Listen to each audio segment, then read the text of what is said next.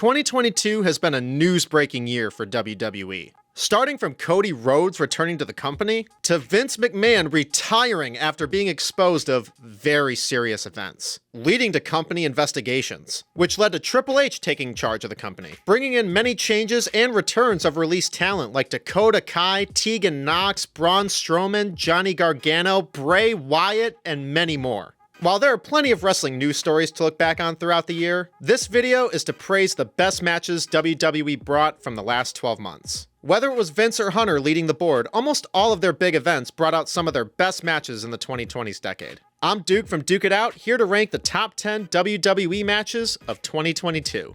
But first, some quick honorable mentions. Bianca versus Becky versus Asuka at Hell in a Cell being one of the best triple threats this year. McIntyre versus Sheamus being one of the best TV matches of the year, along with Ricochet versus Santos Escobar. Bianca Belair versus Bayley at Crown Jewel being a very fun and creative match. Roman Reigns versus Logan Paul at Crown Jewel being one of the company's biggest surprises, with Logan Paul potentially being Rookie of the Year. RK Bro, Street Profits, and Alpha Academy kicking off Mania Night 2 with some style. KO giving Stone Cold his return match at Mania Night 1, and both of the first two Cody vs. Seth bouts are all fantastic pro wrestling matches. Number 10, Johnny Knoxville vs. Sami Zayn, WrestleMania 38 Night 2. I know, when it comes to actual wrestling, every match in the honorable mentions is better than this. But Knoxville vs. Zayn is one of the most shockingly brilliant matches in recent years. On paper, this should have been a disaster. A 50-year-old Johnny Knoxville beating one of the most beloved independent wrestlers of all time should have pissed me off. But it was a perfect mix of a very entertaining pro wrestling match with content that makes Jackass so damn funny. Knoxville was both able to be silly and show that he was still taking the match seriously enough, and Sami knew how to sell everything to make it look more convincing and hilarious. Plus the Wee Man interference, giant hand, giant mousetrap, it was all harmless fun that was done at its finest. Along with Sami Zayn showing why he is one of the greatest performers in the world right now. Speaking of Sami, Number 9, the Bloodline versus the Brawling Brutes, Drew McIntyre and Kevin Owens, Survivor Series War Games. One of the signs of Triple H taking over creative is one of the big 4 pay-per-views adding an NXT tradition. War Games! Welcome back, Regal. The Women's War Games opener was another match really close to making the list, but the main event match had the combination of great extreme spots with some awesome storytelling. Sami Zayn's journey being a part of the Bloodline has been one of the best angles of the decade for WWE. Sami's over-the-top dancing, promos, making each member of the Bloodline break character more than once, while making it build tension with the faction, it's been glorious television. And before this match got to that storyline, we got Butch/Pete Dunne getting to show his in-ring highlights with the joint manipulation, Solo Sikoa giving his best main roster performance so far, Kevin Owens being a badass as always, and the Tribal Chief bringing out great aggression, even if it was a bit real because of that slap from KO. The tension with Sami and Jey Uso was wonderfully executed, with Sami showing his loyalty to the Bloodline, taking out his former best friend for a Bloodline victory. With one of the most satisfying show endings of the year, with everyone finally accepting Sami Zayn into the family. Until they probably turn on him. Maybe even before this video comes out.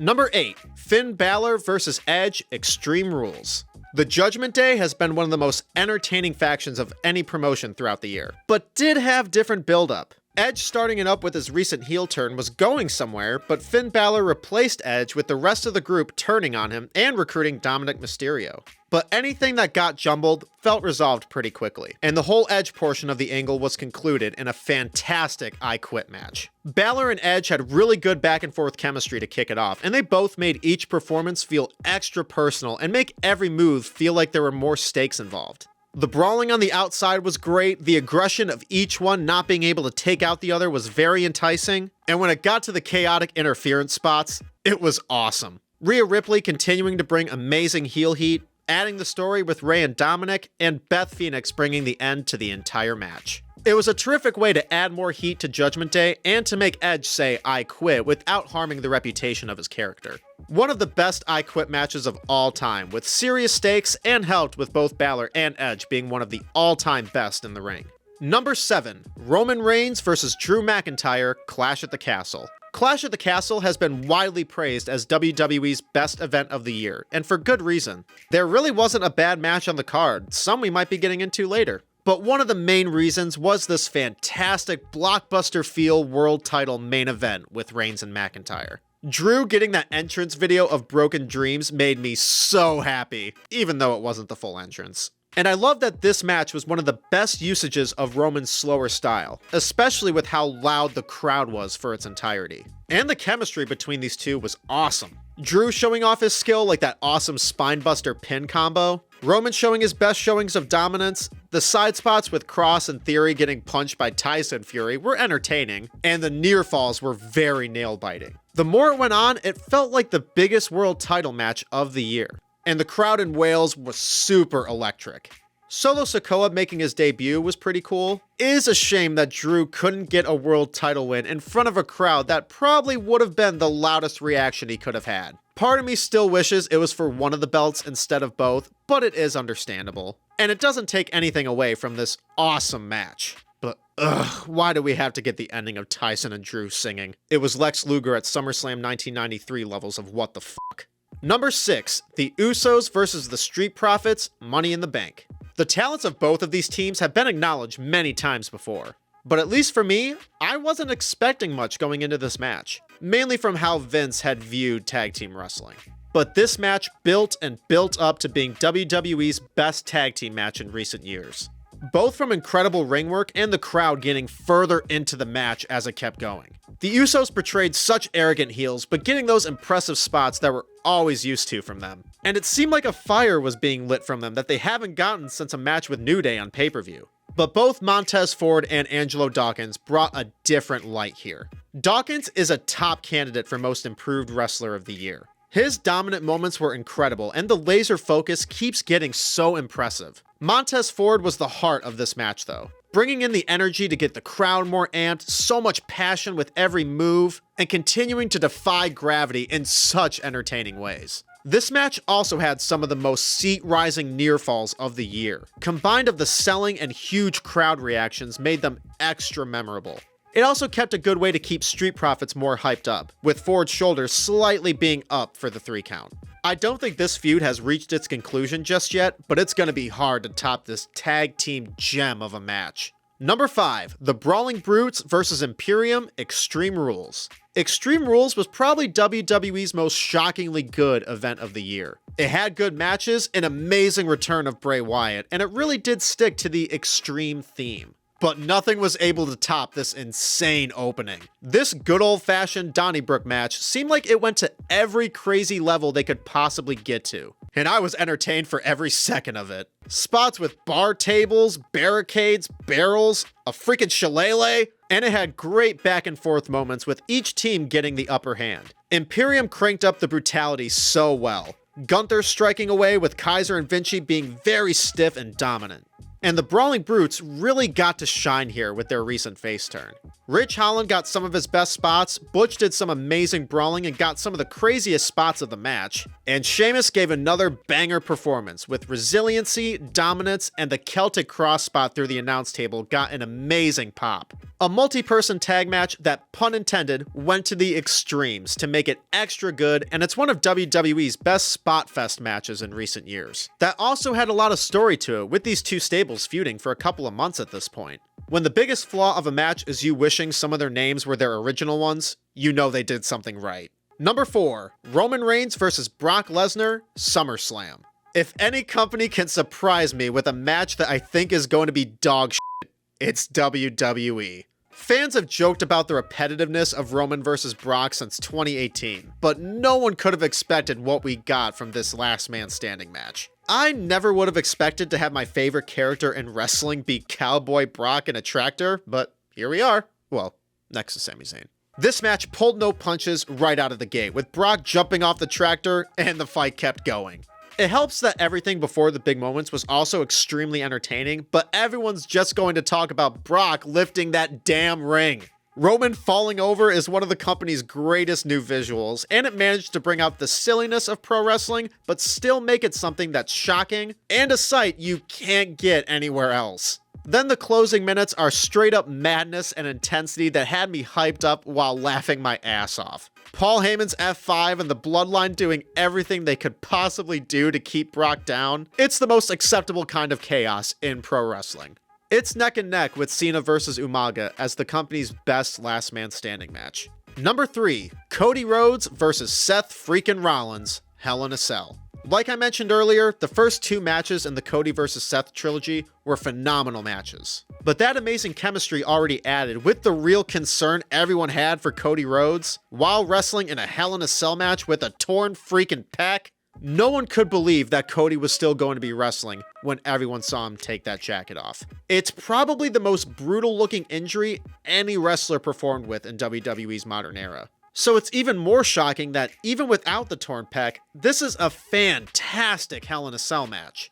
Seth Rollins brought the heel heat to a T while showing off the incredible capabilities he's always had, bringing out the character's urge to win and going for any desperate route he could get to. But the performance of Cody Rhodes is obviously what makes this match excel. The bumps through tables, getting hit with belts or bells, while everyone is still trying to accept what we are watching.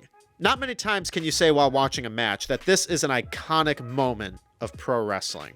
And Cody emerging victorious with almost half of his chest looking like Barney the fucking dinosaur. It shows what Cody had been trying to prove to WWE so many years before, and while it's the kind of performance we never wished to see, we respect the hell out of. And especially when it's performed to such incredible levels like this. An amazing match that has so much more to it than most. Number 2, Bianca Belair versus Becky Lynch, WrestleMania 38, Night 1.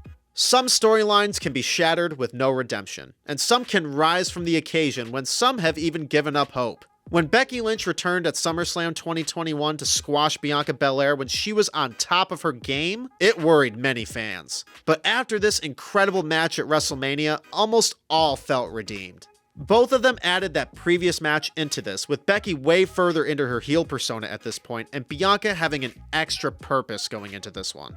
And the back and forth chemistry was downright incredible. Becky using terrific sneak attacks, and Bianca showing off the strength and athleticism advantage. They really knew how to clash their own styles into a very intense and unpredictable match. Multiple counters and near falls kept me on the edge of my seat. Then when you add the fact that Bianca got a swollen eye a little more than halfway through the match, just an extra thing to be impressed about. And even with any hiccup that could have been added, both of them managed to make the pace of this match pretty much perfect. Showing off the individual power of both, progressing the advantages, and an awesomely executed closing sequence to give Bianca her redemption win. When we thought her match or moment last year couldn't get any better.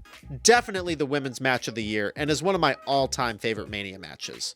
And number 1, Gunther/Walter versus Sheamus, Clash at the Castle. Sometimes when you hear a match announcement, you think there isn't a possible way the bout couldn't be amazing. Walter/Gunther versus Sheamus exceeded those expectations. One of the things that makes Walter one of the most powerful and dynamic wrestlers is his ability to bring a real fight feel in all of his big matches. And Sheamus was one of the big main roster performers that really needed a kind of match like this. His babyface character from now a decade ago did take away a lot of the amazing wrestling matches he had with the likes of Dolph Ziggler, Big Show, and Daniel Bryan. But this performance really stated the nickname, the Celtic Warrior.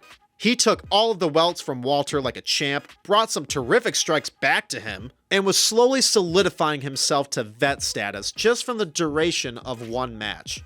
Walter also delivered the best performance of his main roster career. The UK crowd seemed to bring out even more of a fight in both of them, and when it came to Walter, he was able to use that bully-like ring style that makes his matches some of the most memorable.